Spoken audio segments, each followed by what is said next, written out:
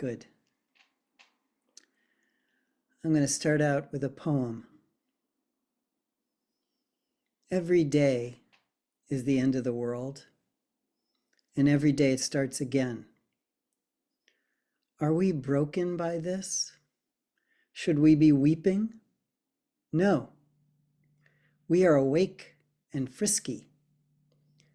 We are students of Zen, ready for anything, even our own mind.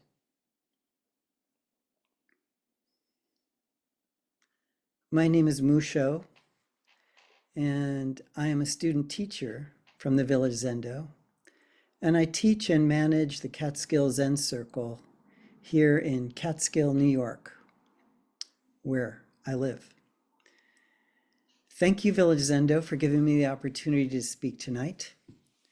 I signed up for this talk a few weeks ago, knowing that it would be 2 days after the election, confident that Kamala Harris would be the president-elect. I feel like I've been whacked hard with the wake-up stick. The outcome of the election is very emotional. It's so disappointing. I've been sad and frustrated, but I'm not going to give up. I thought today about a well-known quote by Frank Herbert from his novel Dune. It says, "Fear is the mind killer."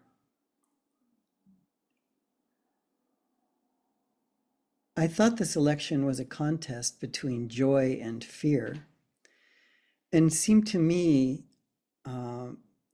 that joy is much more attractive than fear. And who would vote for fear?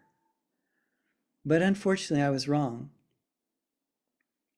I did not consider that fear is the mind killer. I live in upstate New York, and Trump voters are all around here. It's really a microcosm of the US because within the town of Catskill, there's a village, and the village contains the main street where I live. And we usually vote blue here in the village. But we're surrounded by the town and Greene County, which is deep red. Outside of every town and city in the US, in the far reaches of every county, people are mostly voting red. They live in all kinds of circumstances. And when they're told there's a threat from people that they don't know, it's frightening. When they hear about cultural clashes and changes that are different from what their experience is, they feel ignored and they fight against those changes. They fight hard, as we could see. Fear of the future and longing for the past are always going to be very real and very convincing. And when a leader stands up and says, "I'll bring back the past, eliminate threats, I'll make you rich and you won't have to worry about the scary future." When they say that, fear is the mind killer. At the same time, when the leaders and some of the followers have unmoderated greed, anger, and ignorance without awareness in their bodies, the three poisons easily take over. Mind is killed, blame flows, and extreme suffering follows.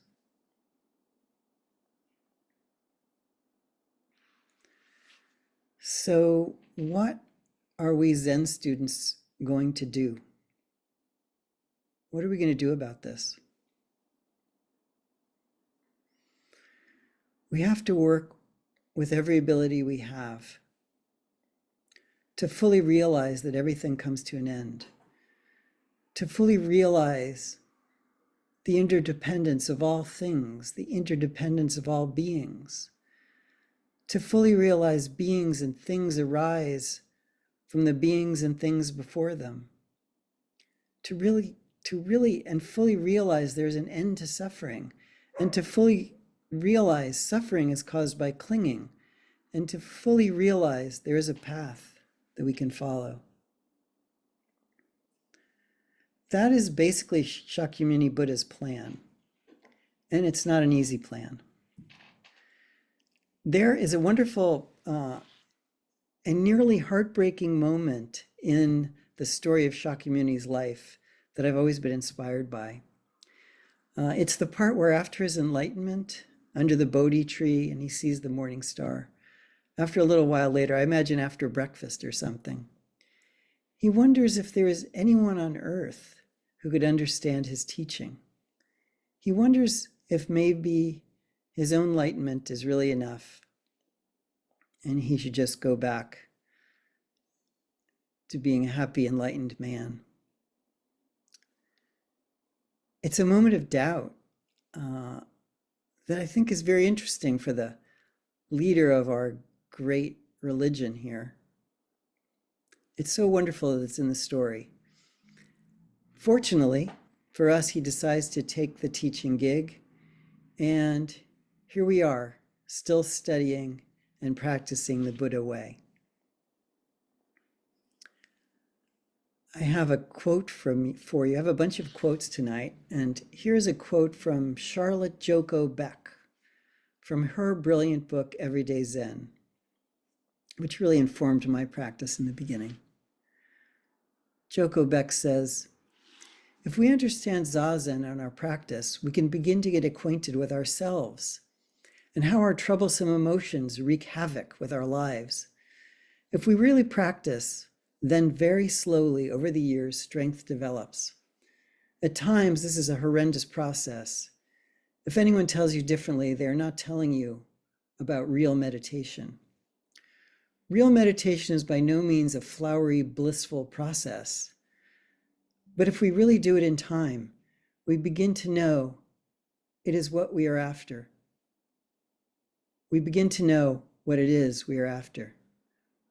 We begin to see who we are.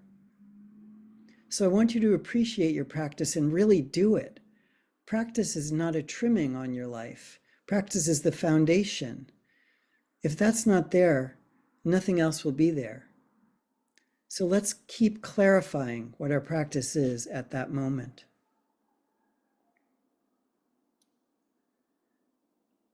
Even in this short paragraph, I think you can hear the grit and power of Joko Beck. You can actually see her talks. Some of them were videotaped. It's very interesting. She was a great teacher in a very humble house, doing her teaching.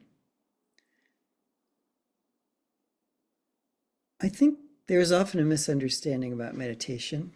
I mean, people come into the Zen circle all the time, and they have this idea, and I don't blame them, that meditation will be about attaining peace and joy, and that anxiety and confusion will somehow disappear.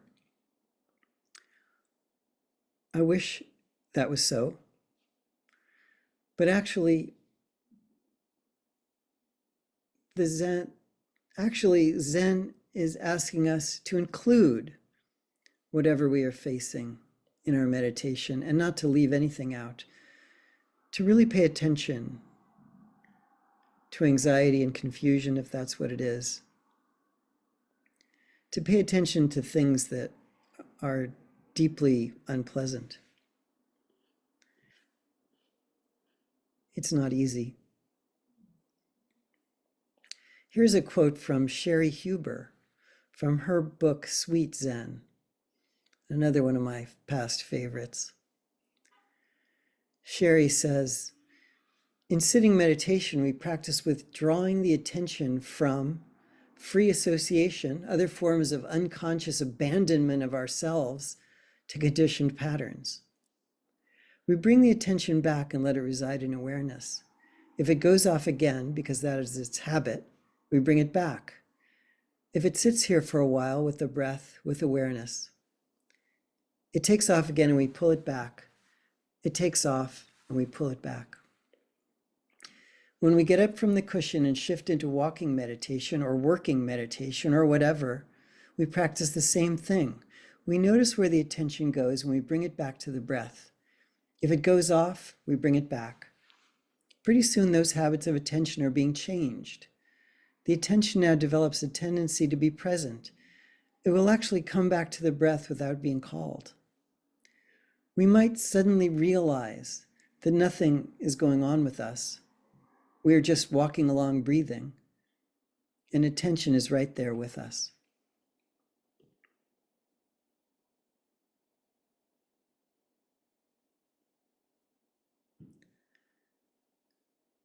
For the next 4 years, and even after that, we're going to have to hold on to our attention. As Cheri Huber says, to resist free association, other forms of unconscious abandonment of ourselves to conditioned patterns. In that way, I think she's hoping we can speak and act appropriately. And I think we can.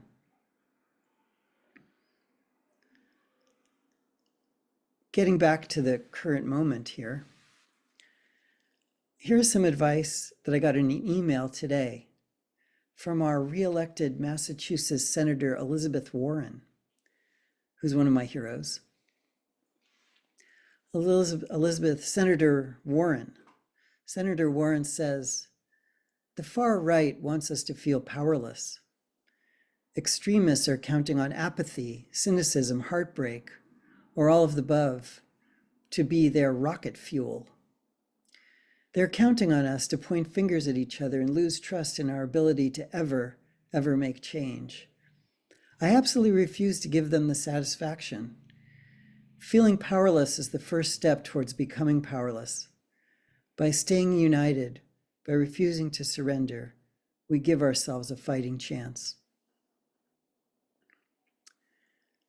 If that is not inspiration enough, and you still feel hopeless, here's a personal story that I witnessed just a few days ago.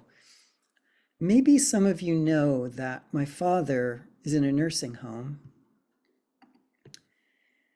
and he is suffering from dementia and Alzheimer's disease. The particular home where he is small, and it's relatively pleasant. It's a relatively pleasant place, but it's heartbreaking anyway. And I feel so glad to be able to do what I do when I leave that place. I brought my father downstairs from his room to the community living room where there was a video class of seated exercise. So a video running of seated exercise, and that was going on. Of the 5 or 6 residents there, only one could manage to move her arms and legs as the speaker showed them the exercises. My father sat there watching and drinking coffee. One of the residents, a very tiny ancient lady named Vicky, had fallen asleep during the exercise class. Seeing her, a smiling caretaker who was walking by bent over and lifted Vicky's hand so gently, and she kissed her on the forehead. And Vicky woke up and she said, "You are my dream come true." It really happened. I don't know what she meant, but I could suddenly see Buddhas and Bodhisattvas everywhere in the nursing home. Old Buddhas struggling with their most basic needs, and kind, tough, attentive Bodhisattvas just doing the work needed. Work that requires care and patience, love, and a little bit of joy. It's not easy for those nursing home Bodhisattvas. Okay, if you're still not sure what to do, here's another whack with a stick from the 13th century China. How about that? Life must have been hard in 13th century China. And this passage by Master MuMon is found at the very end of his collection of koans, The Gateless Barrier. It's another one of my favorites, and I think I may have read this before in one of my Dharma talks in the past. Anyway, MuMon was another tough teacher, and this section is called MuMon's Zen Warnings. It's the very end of the book. MuMon says, to observe the regulations and keep to the rules is tying oneself without a rope. To act freely and unrestrained just as one wishes is to do what heretics and demons would do. To recognize mind and purify it is the false Zen of silent sitting.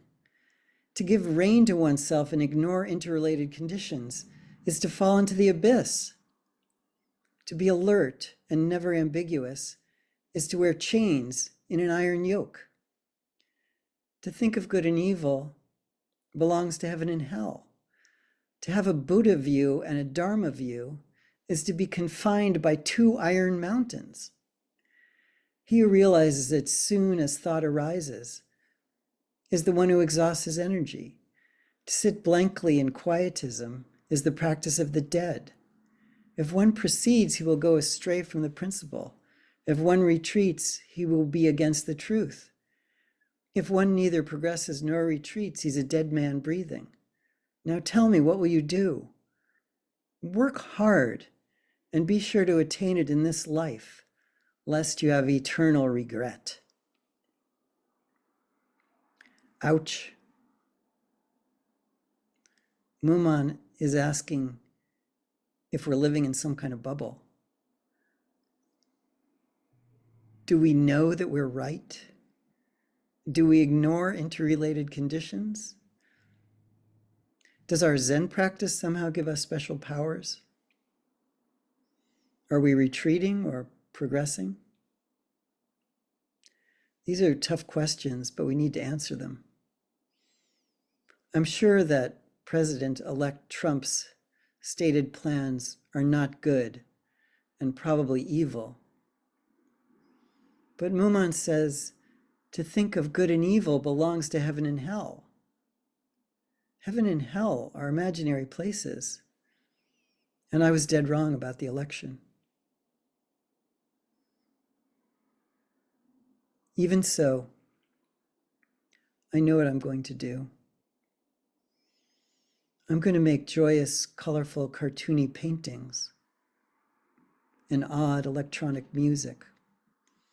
I'm going to take care of my father and visit him in the nursing home. I'm going to attend to and love my family and train my dog. I'm going to do zazen, teach at the Catskill Zen Circle or wherever I'm asked to teach. If I'm hungry, I'll eat. And if I'm tired, I'll rest. In the words of Cheri Huber, may we suddenly realize that nothing is going on with us. We are just walking along breathing, and attention is right here with us. I'm going to end with another poem.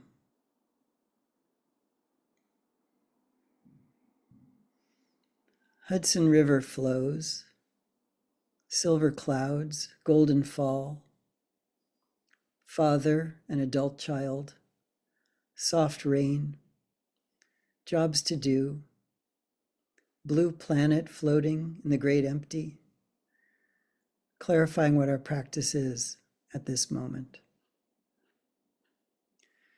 Thank you for listening.